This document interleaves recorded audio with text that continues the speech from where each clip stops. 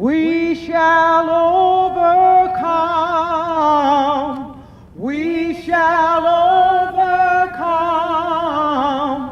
We shall overcome someday. Oh, deep in my heart, I do believe we shall overcome someday. Good afternoon. My name is Reverend Amantha Barbie, and I am here representing the clergy of Charlotte Clergy Coalition for Justice, and I am the pastor of Statesville Avenue Presbyterian Church.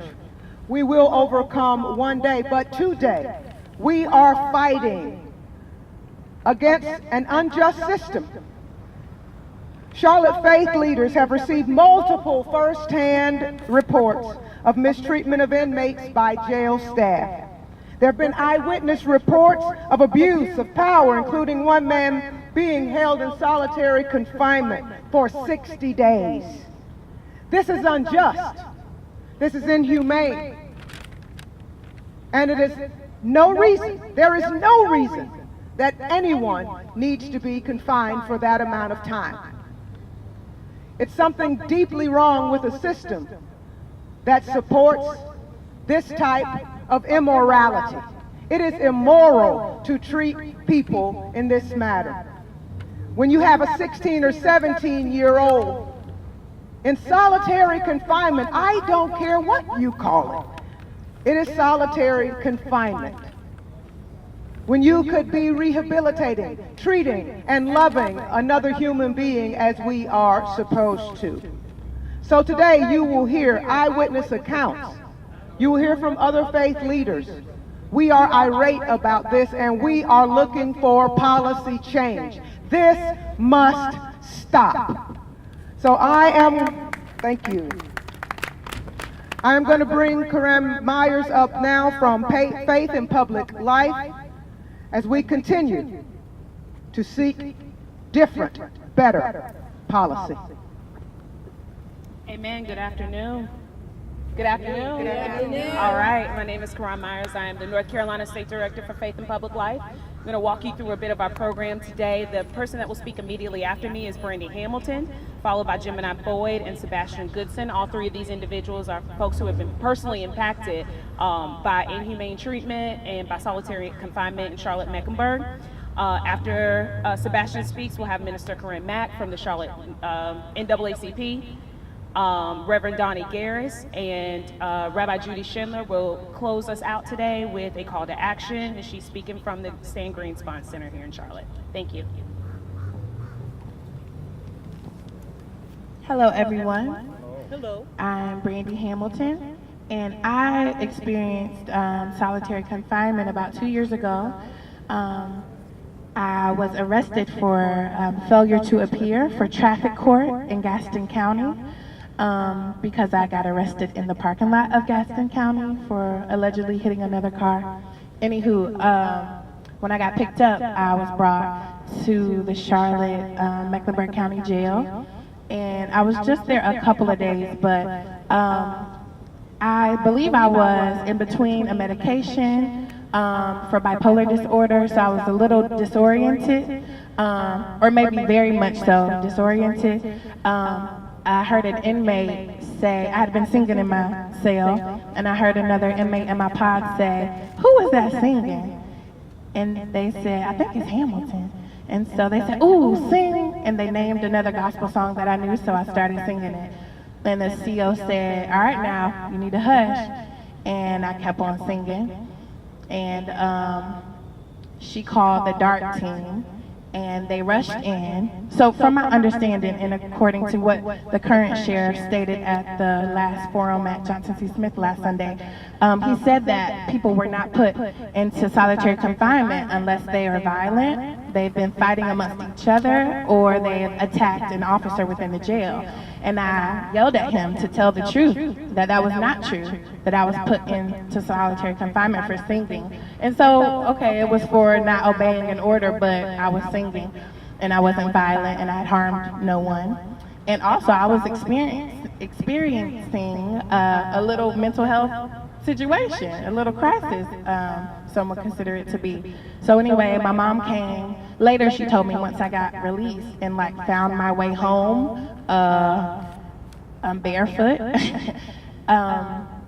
She told me that when she came to get me, they said, "Oh no, ma'am, we can't release her now because she's in the hole." So whatever they call it, I believe DDU or the hole or solitary confinement. I mean, people shouldn't be thrown into there for any reason, you know, for any reason, I believe, but just for any little reason, like singing or whatever excuse they give to lock up a person in a cage within a cage with no human contact. It's really crazy, and nobody, I don't remember people checking to make sure, like, are you mentally well? Are you experiencing a mental health crisis? No one asked those particular specific questions. I don't know if they believe us, even if they did ask and we told them.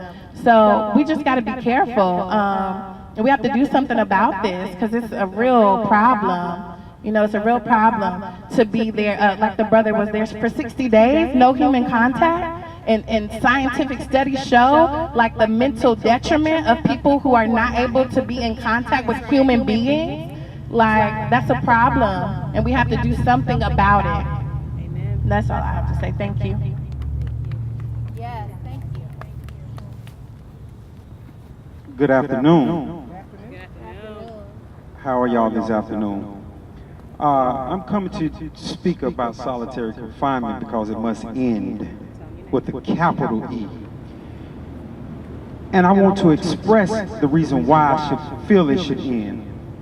Mainly because I just was released from federal prison. I did 20 years in federal prison. I spent through the course of those 20 years, maybe a year or two in and out of solitary confinement. Longest I stayed in there was 6 months straight. I was in solitary confinement. And we're speaking of no touch. And sometimes you don't even know what time of day it is. You don't even know if it's night outside, light outside. You get your brain programmed to do time accordingly when the meals come through the trap. And the sad part is that here in this country, we live off constitutional rights. And the 8th and the 14th Amendment are violated once individuals are placed in solitary confinement.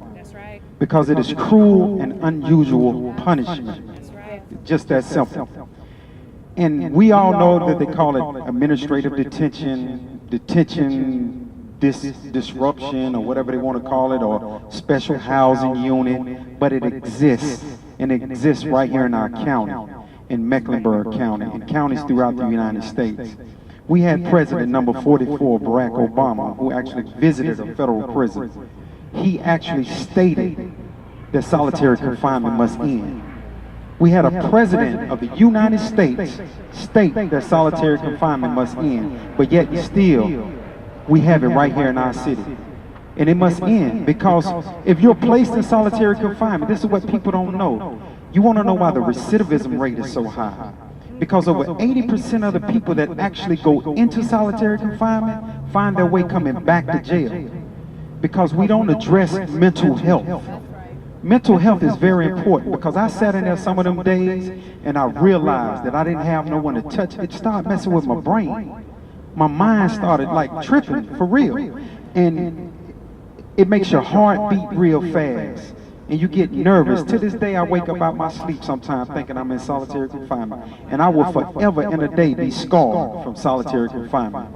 And if we don't, as a community, as a people, speak out about solitary confinement, we will continue to watch our city, the United States, and cities all across the United States crumble because of solitary confinement. If we want to help these individuals, we want to do what's right by these individuals, then we must end solitary confinement, because it is very important. It is very sad that we seek solitary confinement in individuals while they're incarcerated, because there's multiple ways that these individuals can be punished outside of solitary confinement. Because if you set an animal in a cage, I have a German Shepherd, and right now he's in his kennel. But once I go home and I let him out, he just goes crazy because he's released. Imagine the mind of a human being once he's released and he's been in solitary confinement. He comes out here in the world and he knows not what to do. He's so excited to where he might go commit crime, he might do this, he might do that, because he's touched solitary confinement. And that is something that will always live with you. So we must continue the fight, and we must bring awareness to solitary confinement. We must stop saying that it doesn't exist. We must stop giving it these cute little names that we keep giving it. Administrative detention, SHU, special housing unit, step down pods, and things of that nature. That is solitary confinement. I know because I was in the jail right across the street. I know when the jail was the old jail, I was in solitary confinement. I know when we were on Spectre Drive, there was solitary confinement. I know because I was in jail north in solitary confinement. So it hasn't stopped. No one has just woke up one day and said that it doesn't exist. Because they always say if it's not broke, don't fix it. Well, this is broken, and we must fix it. Thank you.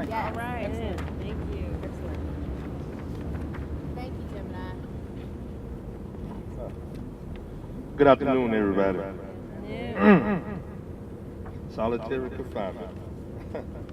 Solitary is happening in the Mecklenburg County Jail. I know the mental pain. I know the mental pain it caused. I spent 13 years in solitary in the federal prison, on and off. And as my brother Gemini said, you don't know the feeling until you've been in there. It's like the belly of the beast.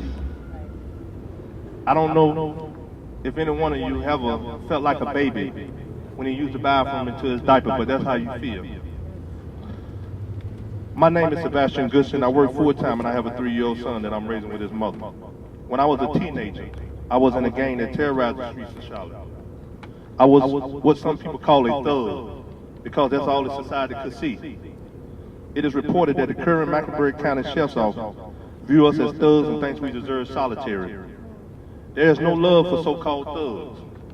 But imagine all the good I could have done. Imagine all the good youth and adults could do if their humanity was taken seriously. Imagine how we could have contributed early in life if our jailers didn't see us as thugs. What if they provided mental health care? What if they saw me as the man who would speak on Capitol Hill one day as I did in 2015? What if they saw the man who would help and locate church managers' summer camp? So I want to say, we are not thugs.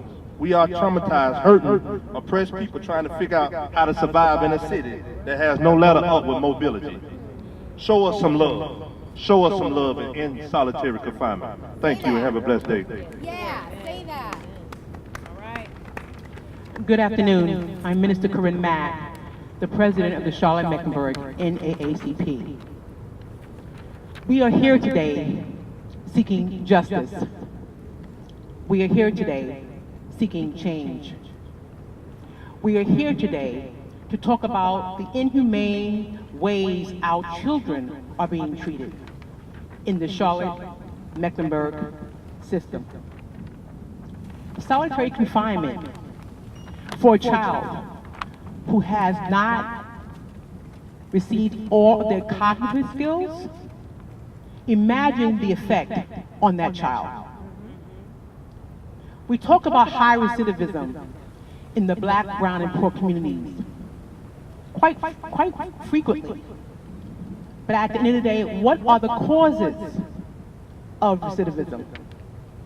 One thing for sure is if you're punishing young people because they may not act the way you want them to act, and you're not trying to find ways to deal with the trauma of the young people through specialists or mental health clinicians, then you are the problem. Adults who have a responsibility to ensure that each and every child housed in detention has a good quality of life. This is not about punishing. This is not about harming. This should be about how do we find ways to help those children begin to roll back into society and be good and viable citizens. We say to you, we have a moral responsibility, each and every one of us in this community, to stand together, united, as one village, one family, to say no to solitary confinement. God bless you all.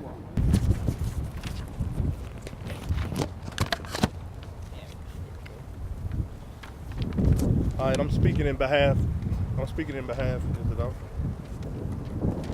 All right, I come in behalf of Dr. Madeline McClenney Sala, CEO of Exodus Foundation. As Dr. McClenney, former special assistant, I have been asked to read a statement from her. She says, isolation of any kind is the beginning of mental illness. Other than home, public safety begins in the jail. Public safety must begin where people are most vulnerable to abuse of power. If we cannot promise charlatans of their safety when they are innocent until proven guilty, then we cannot assure charlatans of any safety at all in the general public. That's right. On January 30, 2018, the Mecklenburg County Sheriff's Office escorted Dr. McClenney and a volunteer on a tour of disciplinary detention and administrative detention at Jail North. They viewed condition of confinement called DDU, commonly known as the solitary confinement. They spoke to no less than 4 young men. They all thought they were in solitary confinement. At least one minor child had been there for 60 days. Another was midway through a similar stay in the hole. All expressed the mentally pain that solitary caused, despite interaction with jail staff and access to books. Despite the exception the sheriff's office has for disciplinary detention, it must go. It must go. Despite the fact that it may be empty now for the youth, it still exists for the adults. It must go. It must go.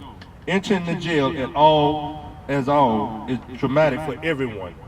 One of the Exodus Foundation.org mentors is a former police officer who was charged and acquitted for using excessive force. He says, as a police officer, ex-police officer, in just 6 hours in a cell, I almost lost my mind. Did you hear what Brother Gemini said earlier about a dog being released when you're going on vacation? He either ready to attack or he done lost his mind. I would never again to do citizens what I was doing by my arresting them and putting them in cages. If the staff at the jail center and jail north treat their own adult children this way, it might make some sense on some levels.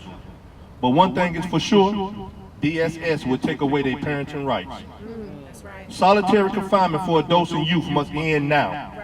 If hidden figures can find a formula to put a man on the moon, visible interfaith leaders and people of goodwill can find a formula to end solitary confinement. Amen. Thank you. Amen.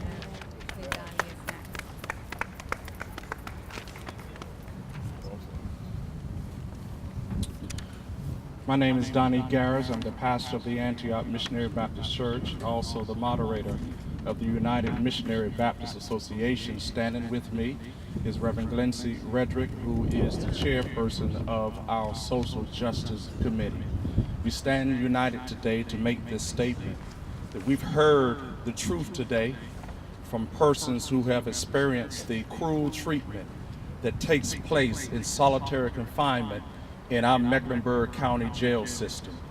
There are persons, even teenagers, 16, 17 years old, who are currently experiencing the same kind of treatment in solitary confinement in the building right behind us today. In my church, we would say what is happening in solitary confinement, we would say it's a sin and a shame. That's right. It's not only a shame in that it's something to be pitied or regretted or embarrassed, but it's also a sin in the way we inhumanely treat a fellow human being.